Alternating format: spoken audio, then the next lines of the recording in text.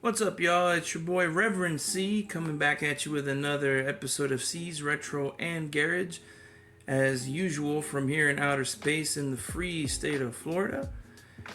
Coming to you today once again with this little bit of scriptural affirmation. As usual, get the business out of the way now. Click like, subscribe, share down below. I am for hire if you are in Florida's Treasure Coast or in the Palm Beaches. You can hit me up through this channel. I do provide services for weddings, baptisms, as well as for Christian counseling if you want to just make sure you do want to get married. And again, weddings are not for alternative lifestyle individuals, not at this time or any time. You will have to seek someone else to do that for you. I simply have an oath and obligation that I took when I became an ordained minister, and that is it pretty much. So again, click like, subscribe, share with your friends down below with this little bit of scriptural affirmation. And a little topic today. This one's near and dear to my heart. It's a simple one. It's a quick one. I'm actually reading out of the Septuagint today. For those of you who don't know, what's the difference, that and King James? The Septuagint has 73 books versus 66. According to Protestants, again, this is a Protestant belief, those 7 books that are added on are apocryphal. And those books are only there to promote Roman Catholic doctrine. I would disagree with that for 2 reasons. Number one, if I'm not mistaken, the Orthodox Church uses a Septuagint as well. And they're older. There's Greek Orthodox, Russian Orthodox, Eastern Orthodox, Byzantine, etc. That's one. Number two, this is the book that Jesus used to minister with. It was all written in Greek. Greek was the primary language at the time in the area, so all the books were actually written in Greek. King James was translated from ancient scriptures in Hebrew, and of course the New Testament was all in Greek. So that is people's opinions. I completely respect it, understand it.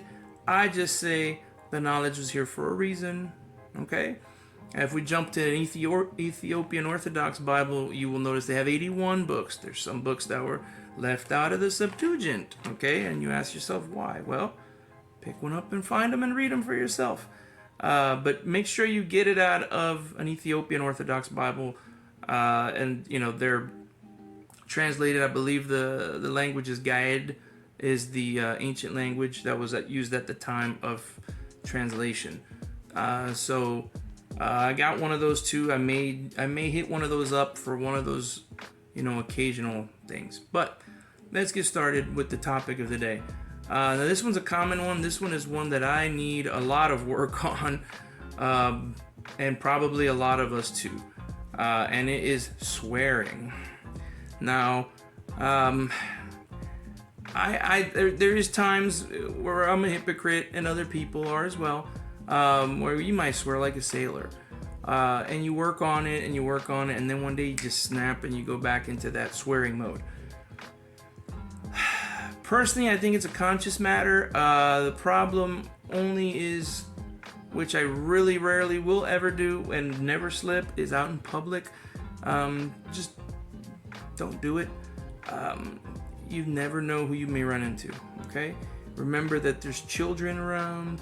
They don't need to hear that stuff. They don't need to hear your personal escapades from the evening before. And other people probably don't want to hear it either. So just, at least when you're out and about, it's one thing when you're amongst your friends and family, as long as you don't drag children into it. My dad, God rest his soul, was super old school. He wouldn't even allow it around women. Okay, and I've seen this old man who had shrunk from about 5'10" to 5'7", decrepit, literally get in the face of 3 professional ball players to tell them we don't do that, not in front of women and children. And I'm like, yeah, sure, because who do you think they're gonna come after? It ain't you.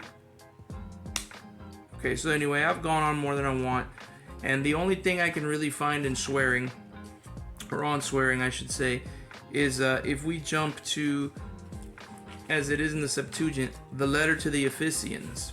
Okay, in King James you might just see it as, you know, the book of Ephesians, but it's the letter to the Ephesians. Okay, it's a long letter, but this is the only real thing I could find on it, which we jump to chapter 4 verse 29, where it specifically says, "No foul language should come out of your mouths, but only such as is good for needed edification, that it may impart grace to those who hear." So what we're understanding is, if it's used for good to bring in someone to the faith, to tell the story, this may be the only way you can reach them, because this is the only way they're going to pay attention to you, is you got to wake them up. Then it's justified. Doesn't mean it's okay, it means it's justified. Other than that, don't cuss, don't swear. You know, it makes you sound unprofessional and makes you sound like a schmuck. So don't do it. But that's it. When you're trying to deliver the message, if it's an important message, it comes from the heart, and you're trying to reach the person and you need that little extra just nudge, then it is justified. Other than that, don't do it, especially around the children. Okay, they don't need to hear it. I'm sure they hear it plenty in school. They don't need to hear it from you. So that's it for today, boys and girls. Again, this is Reverend C. Remind you, click like, subscribe, share with your friends down below, comment, let me know if there's a topic near and dear to your heart that you want to go with.